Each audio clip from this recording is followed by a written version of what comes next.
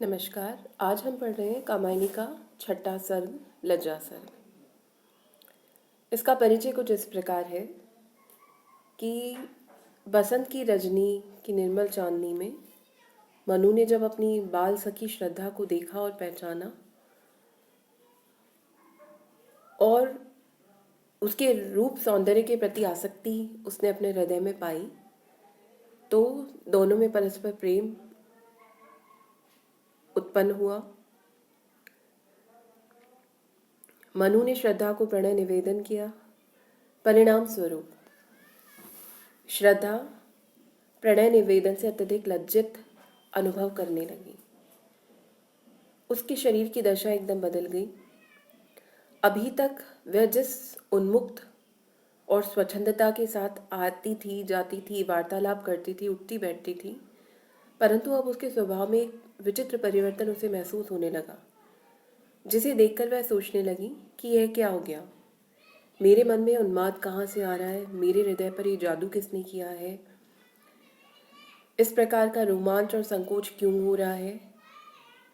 कोमलता ने अपना अधिकार हृदय पर क्यों जमाया है? मैं अपने आप में क्यों सिमटती जा रही हूँ? नयनों में बागपन क्यों आया है? सब कुछ मुझे स्वप्न सा क्यों प्रतीत हो रहा है? युवावस्था मुझे अभिलाषाओं से भरी हुई क्यों दिखाई दे रही है? जिस पुरुष से मैं बेहिचक बात किया करती थी, आज उससे मुझे हिचक क्यों हो रही है? उसे देखने पर अनायास पलकें क्यों झुक रही हैं? मैं जो कुछ कहना चाहती हूँ वह क्यों नहीं कह पा रही? इस प्रकार का अनुभव मुझे क्यों हो रहा है? पता नहीं कौन है जो मेरे हृदय में आकर बैठ गया है। उसने मेरी हृदय को परवश कर दिया है, मेरी सारी स्वतंत्रता छीन ली है। इस प्रकार का विचार श्रद्धा अपने मस्तिष्क में सोच रही है। अचानक संध्या की लाली में हंसती हुई सी छाया मूर्ति का उसे आभास होता है, जो और अन्य कोई नहीं बल्कि श्रद्धा के हृदय में स्थित लज्जा की भावना थी, जिसने श्रद्धा के प्रश्नों का उत्तर देते हुए कहना प्रारंभ किया कि हे बाला, इतना चकित क्यों होते हो? यह तुम्हारे मन और हृदय का परिवर्तन और किसी ने नहीं किया, मैंने ही किया है। मैं युवतियों का मार्गदर्शन करती हूँ। मैं उन्हें यह समझाती हूँ कि देखो, हृदय समर्पण करने से पहले भली भांति विचार लो, धोखा मत खाना। मैं सौंदर्य का पालन पोषण करने वाली हूँ।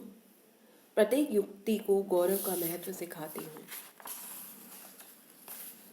साथ ही उनके जीवन में प्रेम के कारण जो ठोकर लगने वाली होती है, उसे पहले से ही चुपचाप समझा देती हूँ। देव सृष्टि ने मुझको ही काम की पत्नी रति के नाम से पुकारा जाता था। अब चूंकि देव सृष्टि नष्ट हो चुकी है, इसलिए मैं अब केवल भावना के रूप में भटक रही हूँ। मुझे तुम रति की प्रतिकृति ही मानो। मेरा नाम लज्जा है। मैं शालीनता सिखाने का कार्य करती हूँ। मेरा अब कोई रूप विशेष नहीं है। मैं युवतियों के सुकुमार कपोलों पर लाली के रूप में, उनकी मनोहर आंखों में अंजन के रूप में, घुंघराले बालों के रूप में, मन के मरोड़ के रूप में प्रकट होती हूँ। मेरा प्रमुख कार्य यही है कि मैं चंचल किशोरियों के सौंदर्य की रक्षा करूं और वह हल्की सी मसलन हूं जो कानों की लाली बनकर प्रकट होती है। लज्जा की ये बातें सुन श्रद्धा अधिक उत्सुक होकर पूछने लगती है कि तुम्हारी ये बातें ठीक हैं, परंतु बताओ, अब मैं अपना जीवन किस प्रकार व्यतीत करूं? मैं नहीं जानती। मैं एक दुर्बल नारी हूं, शरीर से कोमल हूं, भावना से कोमल हूं, जिसके कारण मुझे सभी से हार माननी पड़ती है। इतने पर भी न जाने क्यों मन असहाय महसूस करता है, हृदय में ममता है। क्या तुमने नारी को ऐसा ही बनाया? मैं नहीं समझती मैं क्या करूं। मैं जब जब दूसरों की परीक्षा लेने का प्रयत्न करती हूँ, तब तब मेरी ही परीक्षा हो जाती है। मैं पुरुष के सम्मुख अपने को असमर्थ मानती हूँ। अतः मुझे ठीक बताओ कि अपना सर्वस्व पुरुष के प्रति समर्पित कर देना चाहिए, परंतु मुझे तो इस समर्पण में केवल बलिदान की भावना झलकती है। ऐसा प्रतीत होता है कि मैं तो अपना सर्वस्व न्योछावर कर दूं, किंतु दूसरों से इसके बदले में कुछ न ग्रहण करूं। अतः बताओ, मुझे क्या करना चाहिए?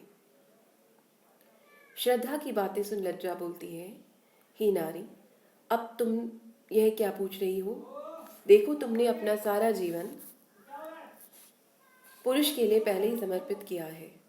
तुम तो केवल श्रद्धा हो और तुम्हारा हृदय विश्वास से भरा है। अतः तुम्हें तो केवल अमृतमयी नदी की भांति बहते हुए अब अपने और पुरुष के जीवन को हरा भरा बनाना चाहिए। तुम्हें अब और कुछ नहीं सोचना है, केवल अपना सर्वस्व न्योछावर करना है। इसलिए अब तुम हृदय में उठने वाले देवासुर संग्राम जैसे सत्य असत्य के आदिकालीन संघर्ष को भूल जाओ। अपने मन का सब कुछ पुरुष के सामने रखते हुए शरीर के साथ हृदय समर्पित करो और आनंद के साथ दाम्पत्य जीवन की व्यतीत करो। कोमल किसलय के अंचल में ननी कलिका जो दीप्ति छिपती सी, गोधूली के धूमिल पट में दीपक के स्वर में दीप्ति सी, मंजुल स्वप्नों की विस्मृति में मन का उन्माद निखरता जो, सुरभित लहरों की छाया में बुल्ले का विभव बिखरता जो, वैसी ही माया में लिपटी अधरों पर उंगली धरे हुए माधव के सरस कौतूहल का आंखों में पानी भरे हुए जीवन निशीत में लतिका सी, तुम कौन आ रही हो बढ़ती सी।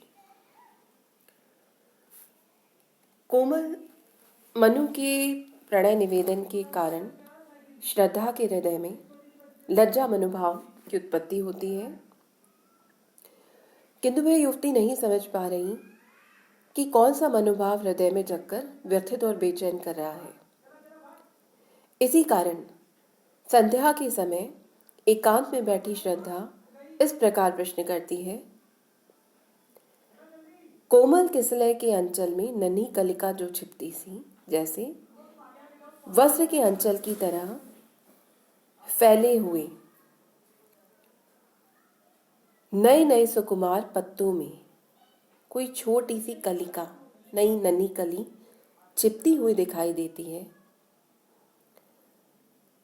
गोधूली के धूमिल पट में दीपक के स्वर में दीप्ति सो, जिससे कभी वह आंखों से ओझल हो जाती है, कभी तनिक दिखाई देती है। नए सुकोमल पत्तों के बीच में नन्ही कलिका जिस प्रकार कभी दिखाई देती है, कभी छिप जाती है, उसी प्रकार जैसे गोधूली के समय धूल और अंधकार के कारण सर्वत्र फैले हुए धुएं के पर्दे में दीपक की लौ तनिक चमकती हुई दिखाई देती है।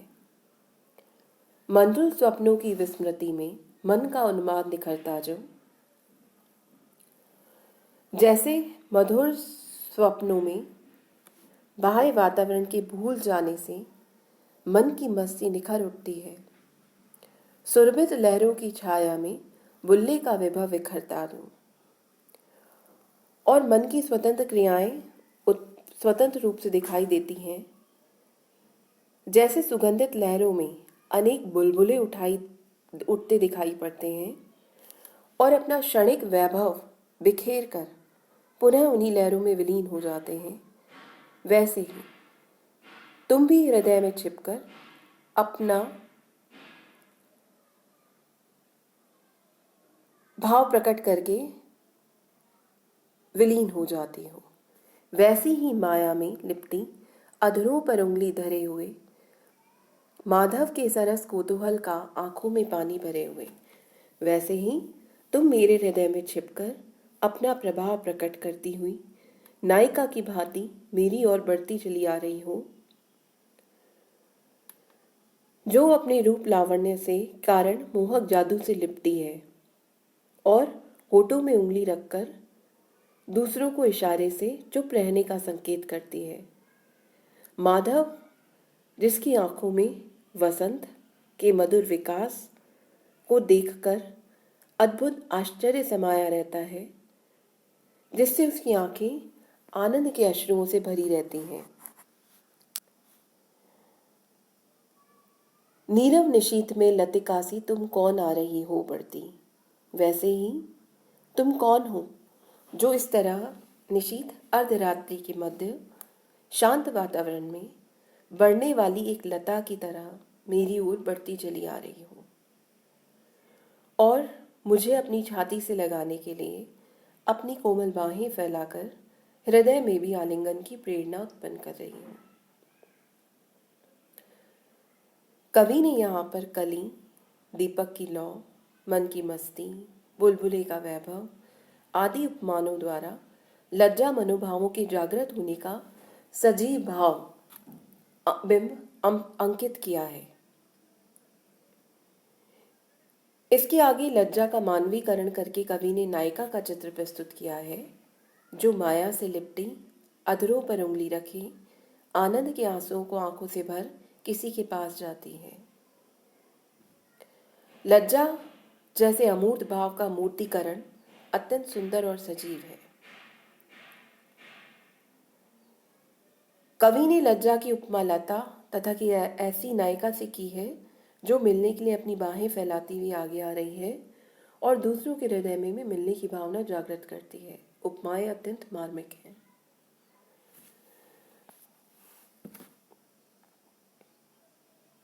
लज्जा को साहित्य शास्त्र में व्रीड़ा संचारी भाव कहते हैं, जिसमें स्त्रियों के अंतर्गत पुरुष को देखने, प्रतिज्ञा भंग होने, पराजय, अनुचित कार्य करने आदि में झिझक, संकोच, विवर्ण आदि व्यापार होते हैं।